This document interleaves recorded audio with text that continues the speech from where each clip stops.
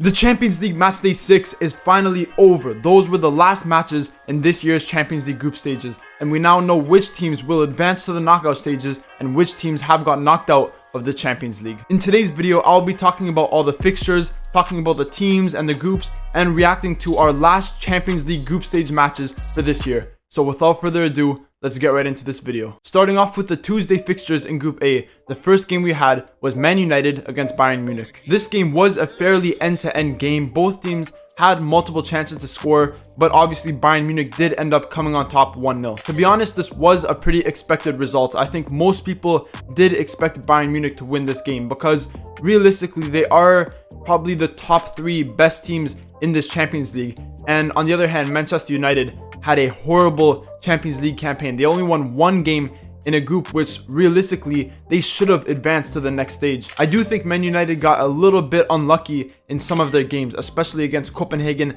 and in their first match against Galatasaray. But in the end, they did finish last place in this group and they have got knocked out with no chance to play in the Europa League. The other game in Group A was FC Copenhagen against Galatasaray. This was a very close game. Both teams had many chances to put the game away, but in the end, it was Copenhagen that came out on top. Even with a red card, they still did win this game 1-0. I personally thought that Galatasaray were going to win this game, and to be honest, I do think they were the better team in terms of possession, in terms of total shots, shots on target, and the passes completed.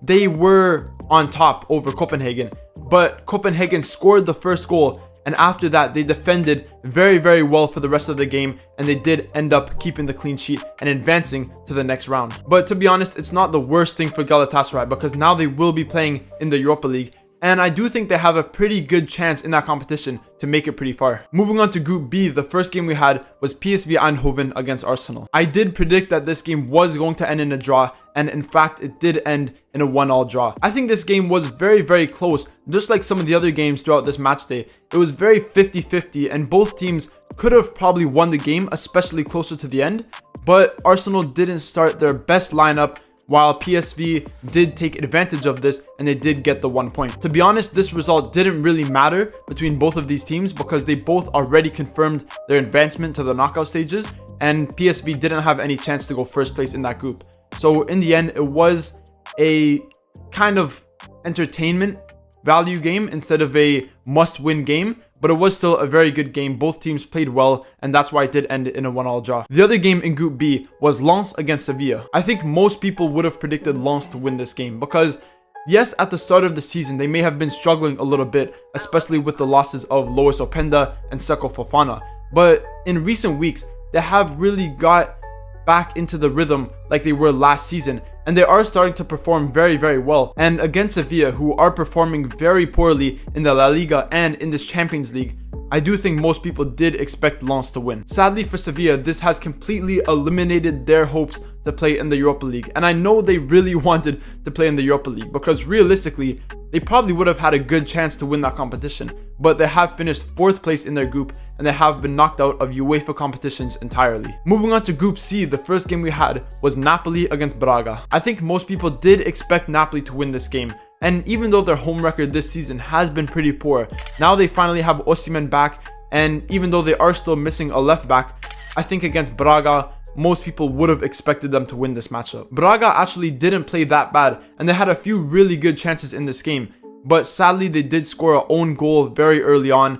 Osimhen did score again for Napoli in the first half, and from there it looked like pretty easy sailing for Napoli. The other game in Group C was Union Berlin against Real Madrid. Most people definitely predicted Real Madrid to win this game. Even though they were playing away, Union Berlin this season have been very poor, and they look like a fraction of what they were last season. But in recent weeks, they have been starting to pick up results slowly. They drew a couple games, they won their last game in the Bundesliga, and I do think they are starting to perform better now than compared to what they were near the start of the season. But in this game against Real Madrid, they really didn't have any chance. They did actually score 2 goals, which is very impressive, but Real Madrid still got the win, and this confirms Real Madrid and Napoli's advancement into the knockout stages. Moving on to Group D, the first game we had was Inter Milan against Real Sociedad. This game ended in another draw, just like their first matchup in the first match day. And to be honest, I expected Inter Milan to play better in this game. I thought that playing at home with a chance to go first place in this group, they were definitely going to try their best and win this game. But it still looked like they started a mediocre lineup compared to what they normally do. And I don't know why they've done this for the last 2 games, because if Inter would have started their best lineup from the start in both their game against Benfica and in this game, I think they would have won both of those games and gone first place in their group. But they started with a few bench players in the starting lineup, and this has caused them to draw both of their last games and finish second place in this group. As for Real Sociedad, they did end up finishing at the top of this group, and I do think that this is deserved, because both in the La Liga and in the Champions League, especially in recent weeks, they have been playing very, very well. And I do think they are considered an underdog, because I don't think anyone really expected them to finish top of this group, but they have indeed finished at the top, and they will be advancing with Inter Milan to the knockout stages. As for the other game in Group D, which was Salzburg against Benfica, this was Benfica's first win in this group, which is very surprising, because generally Benfica are a very strong team, and especially historically, they have always been one of the best teams in Portugal. But this Champions League have been very, very poor by them. But saying that, with this win, they did secure their spot in the Europa League. This is very surprising to me, because I thought that Salzburg were definitely going to get the Europa League spot. And playing at home against a poor Benfica, I did think they were going to win this game. But they threw it away, their defense wasn't very good, and Benfica did win this game, and they have secured the Europa League spot. Moving on to Group E, the first game we had was Atletico Madrid against Lazio. I think this game could have went either way, but I did predict Atletico Madrid to win, and they did in fact win 2-0. Lazio are still a good team, and they do advance to the knockout stages, but especially in the Serie A and even in the Champions League, they have been very, very inconsistent, where they can win against some of the best teams in the world and then lose to some pretty poor teams. So in terms of that inconsistency by Lazio, I think they really need to fix up if they want a chance to go far in the knockout stages. But for Atletico Madrid, this was a very dominant performance by them, and they have been playing very, very well this season in the La Liga and in the Champions League, and they have obviously secured that top spot in this group. The other game in Group E was Celtic against Feyenoord. I'm very surprised that Celtic won this game, because yes, maybe Feyenoord weren't playing their best lineup, and Celtic's chances of finishing anywhere else but last place in this group were 0%. I'm still very surprised that Feyenoord ended up conceding 2 goals against Celtic. And yes, they were playing at home and they did technically have the advantage.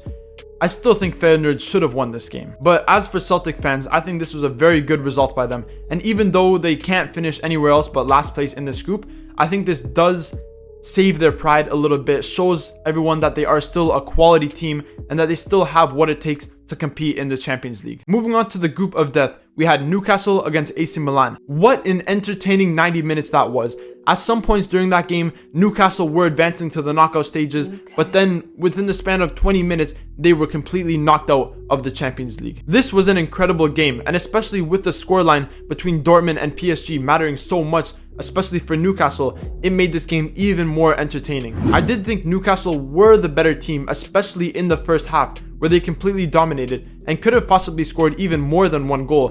But in the second half, after the halftime, AC Milan just came out on top. They scored a goal only 10 minutes after the restart, and then later on towards the game, they did look like the better team. They had many chances. They hit the post, I think 3 times, and obviously they did score a fantastic goal by Chukwueze, and they did end up winning this game 2-1. This result sees Newcastle get completely knocked out of the Champions League, similar to United.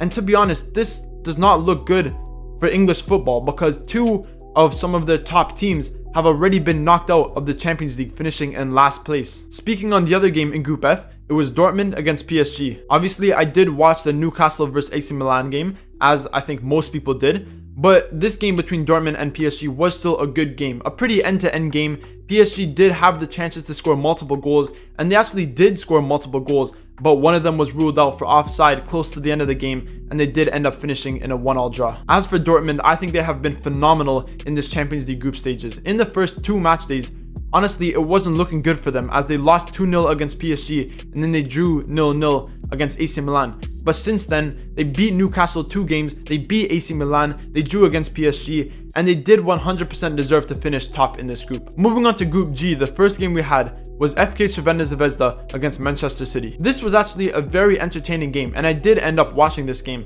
And even though Manchester City were starting a few bench players, I thought FK Crvena played very well in this game. Even though Man City weren't starting their best lineup, they still did bring on a lot of quality players like Foden, Bernardo Silva, Ake, and FK Zvezda's squad is worth a fraction of the price of Man City's second or even third squad. So this was still a very good result by them. Even though they did lose, I think they made a statement and they did still score 2 goals against one of the best teams in the world. As for Manchester City, I do think most people did expect them to win this game, and they have finished first place in their group. Moving on to the other game in Group G, we had RB Leipzig against Young Boys. This was another very tight game, as many of the other games were in this match day, and all 3 of the goals were scored within 6 minutes between the 51st and the 57th minute. Leipzig were definitely the better team in this game, but Young Boys did have a few chances, especially towards the end, to score 1, maybe even 2 goals and possibly win this game. But obviously Leipzig did just do enough defensively. They did win this game, and they have finished second place in this group behind Manchester City, and they will be advancing to the knockout stages. Moving on to Group H, the first game we had was an 8-goal thriller between FC Porto and Shakhtar Donetsk. What an incredible game this was. Obviously, I didn't watch the game because I was watching the Newcastle AC Milan game, but even just watching the highlights, you could tell that both of these teams were trying their absolute hardest to advance to the next stage. Porto obviously are advancing to the knockout stages, as they did win this game 5-3, and they scored some pretty incredible goals.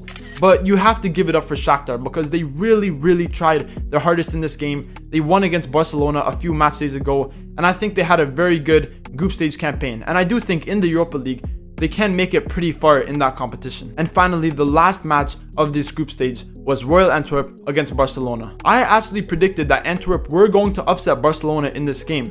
Obviously, Barcelona are an incredible team, both in the La Liga and in the Champions League. But after their loss against Shakhtar Donetsk, I thought that something similar to that was going to happen in this game, and it did end up happening. Royal Antwerp have had a pretty bad Champions League campaign, and they still do finish last place in this group. But I think getting this win against Barcelona was more for their pride, and I think this has in fact saved their pride, and I do think that people will respect them more after this incredible result against Barcelona. It was a very good game. Barcelona definitely had many chances to win this game, but Royal Antwerp actually played very well, and they did end up winning the game 3-2.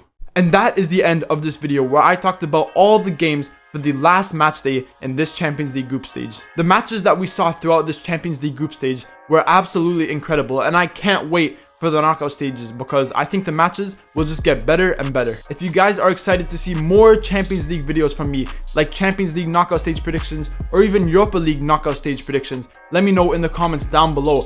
And obviously, if you did enjoy this video, remember to leave a like, comment, subscribe, all that good stuff, and stay tuned for more videos.